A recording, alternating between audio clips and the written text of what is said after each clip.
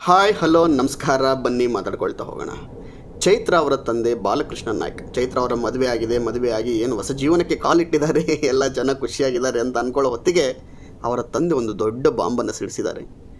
ಚೈತ್ರನ ಗುಣಗಾನವನ್ನು ಮಾಡಿದ್ದಾರೆ, ಹಾಡಿ ಹೊಗಳಿದ್ದಾರೆ ಚೈತ್ರನ ಬಗ್ಗೆ. ನನ್ನ ಮಗಳು, ಮುದ್ದಿನ ಮಗಳು, ಅದ್ಭುತ ಕಲಾವಿದೆ, ಧರ್ಮದ ರಕ್ಷಕಿ, ಅವಳನ್ನು ಫಾಲೋ ಮಾಡ್ತಕ್ಕಂಥ ಸಾವಿರಾರು ಜನರಿಗೆ ಅವಳು ಮಾದರಿ ಅನ್ನೋ ರೀತಿಯಲ್ಲಿ ಹಾಡಿ ಹೊಗಳಿದ್ದಾರೆ. ಸುಮಾರು ಜನ ಕೇಳಿದಿರಿ ಅನಿಸುತ್ತೆ. ಪಾಪ ತಂದೆಯ ಮಾತನ್ನು ಕೇಳಿದಾಗ ಬೇಸರ ಆಗುತ್ತೆ. ಏನು ಮಾಡೋ ಹಾಗಿಲ್ಲ ನೋಡಿ.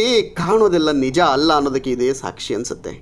ಚೈತ್ರಾಳ ಬ್ಯಾಕ್ಗ್ರೌಂಡಲ್ಲಿ ಇಷ್ಟೆಲ್ಲ ಇದೆಯಾ ಅಂತ ಆಶ್ಚರ್ಯ ಆಗ್ತಾ ಇದೆ. ಬಿಗ್ ಬಾಸ್ ನೋಡುವಾಗ ಈ ಅಮ್ಮ ಎಷ್ಟು ಮಾತಾಡತ್ತಲ್ಲ ಅಂತ ನೋಡ್ತಾ ಇದ್ವಿ. ಬಿಡಪ್ಪ ಗಟ್ಟಿಗಿತ್ತಿ ಅಂತ ಅಂದ್ಕೊಂಡಿದ್ವಿ. ಧರ್ಮದ ರಕ್ಷಕಿ ಅನ್ನೋ ಟ್ಯಾಗ್ಲೈನಲ್ಲಿ ಸುಮಾರು ಜನ ನೋಡ್ತಾ ಇದ್ರು. ಯಾವಾಗ ಬಿಗ್ ಬಾಸಿಗೆ ಬಂದರೋ ಅವಾಗೆಲ್ಲ ಅದೆಲ್ಲ ಕಳಚೋಯ್ತು ಬಿಡ್ರಿ, ಅದು ಬೇರೆ ಪ್ರಶ್ನೆ. ಅದಾದ ಮೇಲೆ ಸುಮಾರಷ್ಟು ಫೋಟೋಶೂಟ್ಗಳಾದಾಗ, ವಾರ್ ಟೈಮಲ್ಲಿ ಫೋಟೋಶೂಟ್ಗಳಾದಾಗ ಒಂದಷ್ಟು ಇಶ್ಯೂಗಳಾಯಿತು. ಜನ ಪ್ರಶ್ನೆ ಮಾಡಿದರು, ಒಂದಷ್ಟು ಕೇಳಿದರು. ಪಾಪ ಮದುವೆ ಆಗ್ತಾಯಿದ್ರು ಅಂದ್ಕೊಂಡು ಸುಮ್ಮನೆ ಆದರು. ಆದರೆ ಅವರ ತಂದೆಯ ಗುಣಗಾನವನ್ನು ಕೇಳಿಲ್ಲ ಅಂದರೆ ದಯವಿಟ್ಟು ಹೋಗಿ ಕೇಳ್ಕೊಂಬರ್ರಿ. ಅಪ್ಪ ಶಿವನೇ ಪರಮಾತ್ಮ.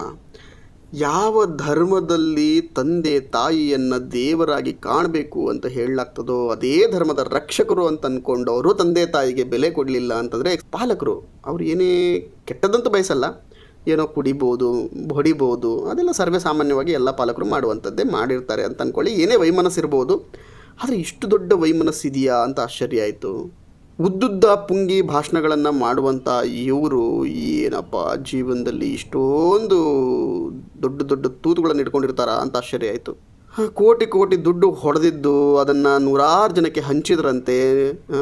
Fake account ಯಾರ್ಯಾರ್ದೋ ಪುಂಡು ಪೋಖ್ರಿಗಳ ಅಕೌಂಟಿಗೆಲ್ಲ ಹಾಕಿದ್ರಂತೆ. ಅವರು ಅಕೌಂಟಲ್ಲಿ ಲಕ್ಷ ದುಡ್ಡು ಹಾಕಿ ಆ ಬಾಂಡ್ ಮೇಲೆ ಸಾಲ ತೆಗೆದು ಅದನ್ನು ಬಡ್ಡಿ ಕೊಟ್ಟು ಅದ್ರ ಮೇಲೆ ಜೀವನ ಮಾಡ್ತಾವ್ರಂತೆ. ಯಪ್ಪ ಶಿವ ಪರಮಾತ್ಮ. ಗ್ರೇಟ್ ಚೈತ್ರಕ್ಕ, ಗ್ರೇಟ್. ಅಲ್ಲ ಪಾಪ ಹೊಸ್ದಾಗಿ ಮದುವೆ ಆಗೈತಿ, ಈ ನಾಡಿ ಶಾಕ್ ಕೊಟ್ಬಿಟ್ರೆ ಜನಕ್ಕೆ ಏನು ಅನ್ನಿಸ್ಬೇಕು ಹೇಳ್ರಿ. ಆ ತಂದೆಯ ಮಾತನ್ನು ಕೇಳಿದಾಗ ನಿಜವಾಗ್ಲೂ ಅನ್ನಿಸ್ತು, ಈ ಅಮ್ಮ ಹೇಳೋದೇ ಒಂದು, ನಡ್ಕೊಳ್ಳೋದೇ ಒಂದು ಅಂತೇಳಿ. ಏನೋ ಅಂತಾರಲ್ಲ, ಹೇಳೋದೆಲ್ಲ ಆಚಾರ, ತಿನ್ನೋದೆಲ್ಲ ಬದನೆಕಾಯಿ ಅಂತೇಳಿ. ಬದನೆಕಾಯಿ ಸಾವಾಸ ಆಗೋಯ್ತಲ್ಲ ಚೈತ್ರಕ್ಕ ನಿಂದು. ಶಿವ ಬೇಜಾರಾಯಿತು ಚೈತ್ರಕ್ಕ, ನಿಜ ಬೇಜಾರಾಯಿತು. ನೀನು ಈ ನಾಡಿ ನಿಮ್ಮ ತಂದೆಯನ್ನು ಗೋಳೈಕೊಂಡಿದ್ಯಾ ಅಂತ ನಾನು ಅಂದ್ಕೊಂಡಿರಲಿಲ್ಲ. ಏನೋ ಉದ್ದದ ಭಾಷಣ ಮಾಡ್ತಾರೆ, ಇದೆಲ್ಲ ನಿಜ ಅಲ್ಲ ಅಂತ ಗೊತ್ತಿತ್ತು. ಆದರೂ ಕೂಡ ಒಂದು ನಂಬಿಕೆ ಇತ್ತಪ್ಪ. ಇಷ್ಟೆಲ್ಲ ಒಡಕುಗಳಿದ್ದಾವೆ ಅಂತ ಅಂದ್ಕೊಂಡಿರಲಿಲ್ಲ. ಇನ್ನೂ ಜನ ಕಮೆಂಟ್ ಮಾಡ್ತವ್ರೆ ಅವರ ತಂದೆಯ ಪ್ರತಿಕ್ರಿಯೆಗೆ ಅಂತಂದರೆ ಶಿವ ಉಗೀತವ್ರೆ ಅಂದರೆ ಅಷ್ಟಿಷ್ಟಲ್ಲ. ಯಾರಿಗೆ? ಚೈತ್ರಕ್ಕಂಗೆ. ಚೈತ್ರಕ್ಕ ಏನಕ್ಕ ನಿನ್ನ ಲೀಲೆ? ನೋಡಿಲ್ಲ ಅಂದರೆ ನೋಡ್ಕೊಂಬರ್ರಪ್ಪ. ಚೈತ್ರಕ್ಕನ ಬಗ್ಗೆ ಅಭಿಮಾನ ಇನ್ನಷ್ಟು ಜಾಸ್ತಿ ಆಗುತ್ತೆ. ನಿಮ್ಮ ಹೃದಯ ಅರಳಿ ಹೂವಾಗತ್ತೆ. ಚೈತ್ರಕ್ಕನ ಬಗ್ಗೆ ಉಘೇ ಚೈತ್ರಕ್ಕ ಅಂತ ಕೂಗಬೇಕು ಅಂತ ಅನಿಸತ್ತೆ. ಅಷ್ಟು ಖುಷಿ ಆಯಿತು. ಯಪ್ಪ ಶಿವ ಪರಮಾತ್ಮ. ಆದರೂ ಚೈತ್ರಕ್ಕ ನೀನು ಗ್ರೇಟ್. ನಾನು ಅಂದ್ಕೊಂಡೆ ಬಿಗ್ ಬಾಸ್ ಮನೆಯಲ್ಲಿ ಇದ್ದಾಗ ಯಾರು ಉಗಿದ್ರು ಕೂಡ ನೀನು ತಲೆ ಕೆಡಿಸ್ಕೊಳ್ಳಾರ್ದಂಗೆ, ಅದರ ಬಗ್ಗೆ ನೀನು ಏನು ಯೋಚನೆನೂ ಮಾಡಲಾರ್ದಂಗೆ ನೀನು ಏನು ಮಾತಾಡಬೇಕು ಅದನ್ನಷ್ಟೇ ಮಾತಾಡುವಾಗಲೂ ಗೊತ್ತಾಯಿತು ನನಗೆ. ಯಾರು ಹೇಳಿದ್ರು ನಿನಗೇನು ಅದೇನು ವ್ಯತ್ಯಾಸ ಆಗಲ್ಲ ಅಂತ ಗೊತ್ತಾಯಿತು. ಇವತ್ತದು ಪ್ರೂವ್ ಆಯಿತು.